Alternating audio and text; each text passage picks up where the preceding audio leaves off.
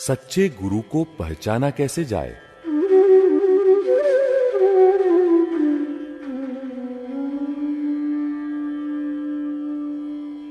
कोई भी ज्ञान गुरु के बिना प्राप्त नहीं हो सकता।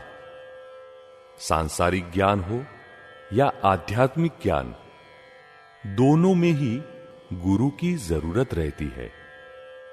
प्रथम गुरु माता है, बाद में पाठशाला में गुरुजन, पुस्तकें और दूसरे व्यक्ति व प्राणियों से हम सीखते हैं, इसलिए उन्हें भी गुरुजन ही कहा जाता है। ऐसे देखे तो पूरा जगत गुरु ही है ना। बचपन से लेकर अध्यात्म द्वार तक गुरु ही ले जाते हैं और सद्गुरु हमें आत्मा के सम्मुख ले जाते हैं। जब हम बीमार होते हैं तब डॉक्टर की राय के अनुसार चलते हैं। रास्ता भूल जाए तो किसी छोटे बच्चे से भी रास्ता पूछ लेते हैं। और अध्यात्म में सब कुछ स्वतः अपनी मर्जी से ही करेंगे। जो रास्ता हमने कभी देखा नहीं, वहां पहुंचने के लिए गुरु की मदद तो चाहिए या नहीं? जो अपनी समझ से ही आगे चलते बढ़ते हैं, स्वच्छंदता से घूमते रहते हैं, उन्हें कभी भी मोक्ष नहीं मिल सकता। जीवन में किसी ऊपरी या गुरु का होना हमारे लिए बहुत ही आवश्यक है। उसके बिना स्वच्छंदता को रोका नहीं जा सकता। श्रीमद् राजचंद्र जी ने भी कहा है, रोके जीव स्वच्छंद तो पामे, यानी पाए अवश्य मोक्ष। गुरु तो किन्हें कहा जाए? जिन्हें देखकर ही हमारा शीश श्रद्धा से झुक जाए, जिन्हें देखने मात्र से ही हमारे दिल को ठंडक मिले और जगत विस्मृत हो जाए, उन्हें गुरु माना जा सकता है। जो आर्त ध्यान और रौद्र ध्यान का त्याग करवाकर धर्म ध्यान करवा सके, जिन्हें कोई गाली दे तो रौद्र ध्यान न हो, आहार न मिले तो आर्त ध्यान न हो, तो समझना चाहिए कि ये हमारे गुरु बनने लायक है। उनमें किंचित मात्र भी आसक्ति नहीं होनी चाहिए। गुरु शिष्य के संबंध में स्वार्थ नहीं होना चाहिए। आजकल तो लोग लोभी व लालची हो गए हैं, इसलिए उन्हें गुरु भी ऐसे ही ठगने वाले मिलते हैं।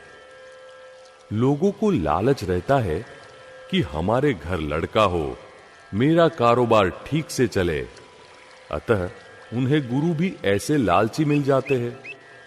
लोग टेढ़े चलते हैं, अतः गुरु भी टेढ़े ही मिलते हैं। जहां लक्ष्मी का व्यवहार है, वहां गुरु हो ही नहीं सकते। यदि सत्संग में प्रवेश के लिए टिकट है, तो वह नाटक कहा जाता है। जहां गुरु पैसे या स्त्री के भिखारी है, वहां से हमें अपनी राह बदल देनी चाहिए।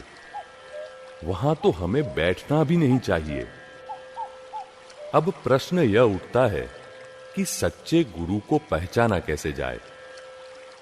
जिन्हें हम गाली दे तो उन्हें हमें क्षमा देनी न पड़े, बल्कि सहज क्षमा हो। हम चाहे कैसे भी उनका अपमान करें, फिर भी क्षमा ही हो, सरल हो।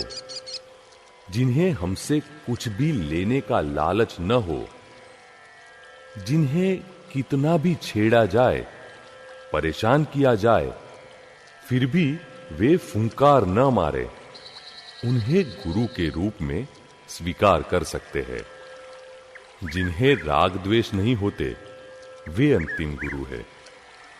जिनके सामने हम भोजन की थाली रखकर वापिस उठा ले और फिर भी जिनकी आंखों में कोई फर्क नजर ना आए, तो समझना चाहिए कि वे हैं हमारे अंतिम गुरु। फूलों की माला पहनाने से खुश न हो, तथा गाली देने पर क्रोधित न हो, वे ही सच्चे गुरु। जिनके पास बैठने से भीतर ठंडक का एहसास हो, तो मान लेना चाहिए कि वे सद्गुरु है। कषाय रहित यानी कि क्रोध, मान, माया, लोभ, राग द्वेष रहित परिणाम होना, यह सद्गुरु का प्रमुख लक्षण है। सद्गुरु को पाने के लिए परम विनय और मैं कुछ भी नहीं जानता ये भाव रहने चाहिए। सद्गुरु वे ही हैं जिन्हें निष्दिन आत्मा का उपयोग है, यानी जो निष्दिन आत्मा के उपयोग में रहते हैं, शास्त्रों में कहीं पढ़ी न हो, कहीं सुनी भी न हो, फिर भी अनुभव में आए ऐसी जिनकी अपूर्व वाणी है, जिनका खुद का आत्मदीप प्रज्वलित हो गया है, वे ही औरों के आत्मदीप प्रज्वलित कर सकते हैं। गुरु वे हैं जो कभी शिष्यों पर नाराज नहीं होते, बल्कि उनका रक्षण करते हैं। गुरु के सहारे ही तो शिष्य होते हैं।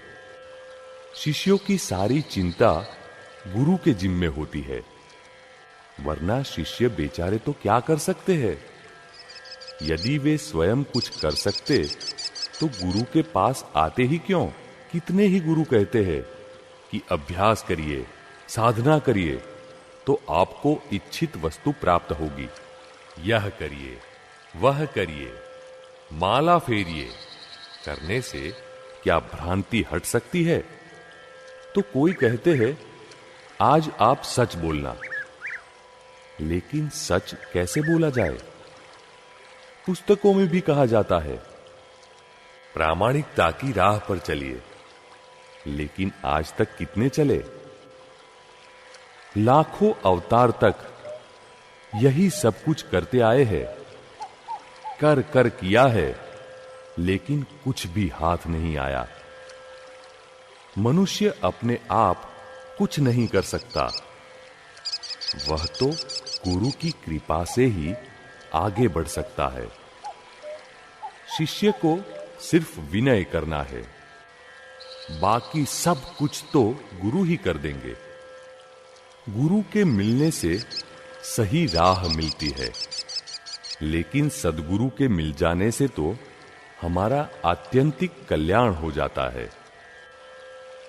जो रोकड़ मोक्ष यानी कैश मोक्ष, जीते जी ही मुक्ति देते हैं, वे सद्गुरु है।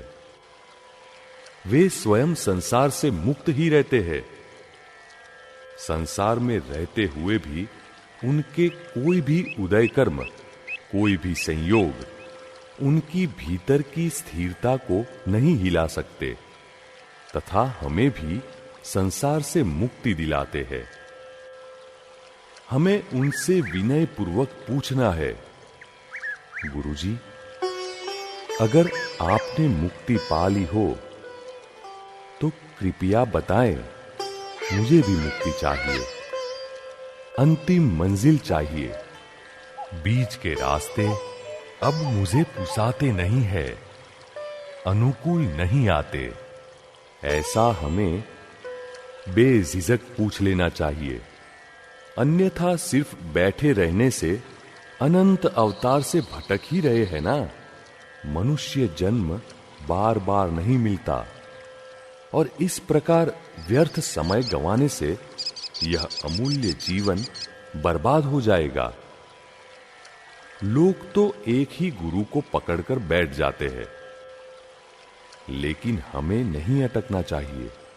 यदि गुरु हमारे प्रश्नों के समाधान न दे सकें, तो हमें अपने गुरु बदल देने चाहिए। इस प्रकार तलाश करते करते एक दिन सच्चे गुरु मिल ही जाएंगे।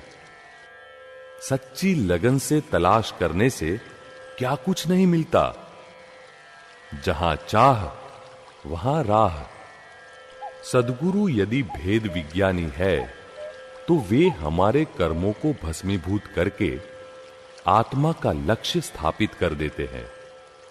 यदि हमें अहंकार से मुक्त होना है तो ऐसे सद्गुरु की कृपा की आवश्यकता है जिनमें अहंकार न हो। अहंकार को निशेष निर्मूल करने का कार्य गुरु का नहीं है, वहां तो ज्ञानी की जरूरत पड़ती है।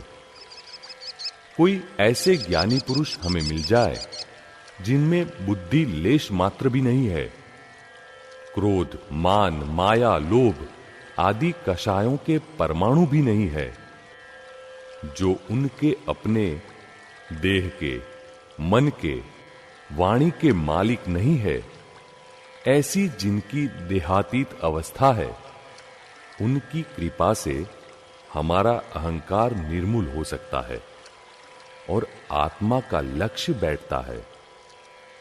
ऐसे ज्ञानी पुरुष शिष्य का कल्याण नैमित्तिक भाव से करते हैं। वे स्वयं को कर्ता नहीं मानते। वे गुरु होने के बावजूद भी गुरु पद में नहीं रहते। वे तो स्वयं को पूरे जगत का शिष्य मानते हैं और जो शिष्य बनना जानते हैं वे ही गुरुपद प्राप्त कर सकते हैं। अंत में ऐसे सत्पुरुष को खोजकर उनके चरण कमल में सर्वभाव समर्पण करने से मोक्ष की प्राप्ति हो सकती है।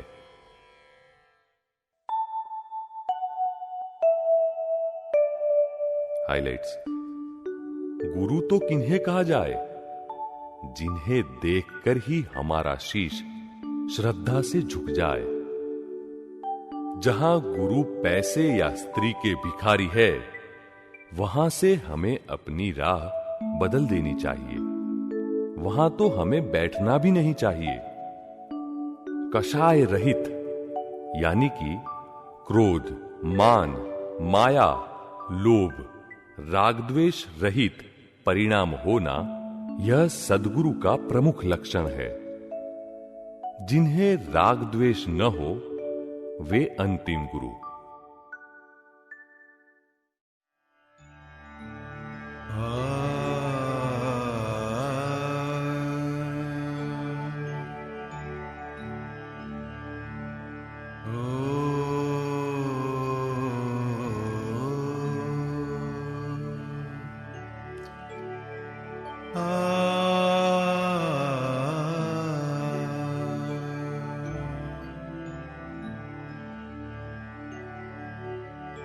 गुरु ते कोने कहेवा,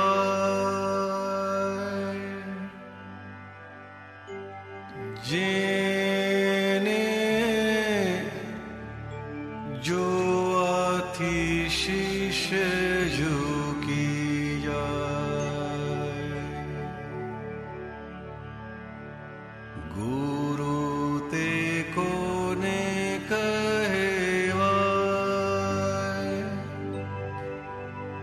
जेने जो आथी शीश झुकी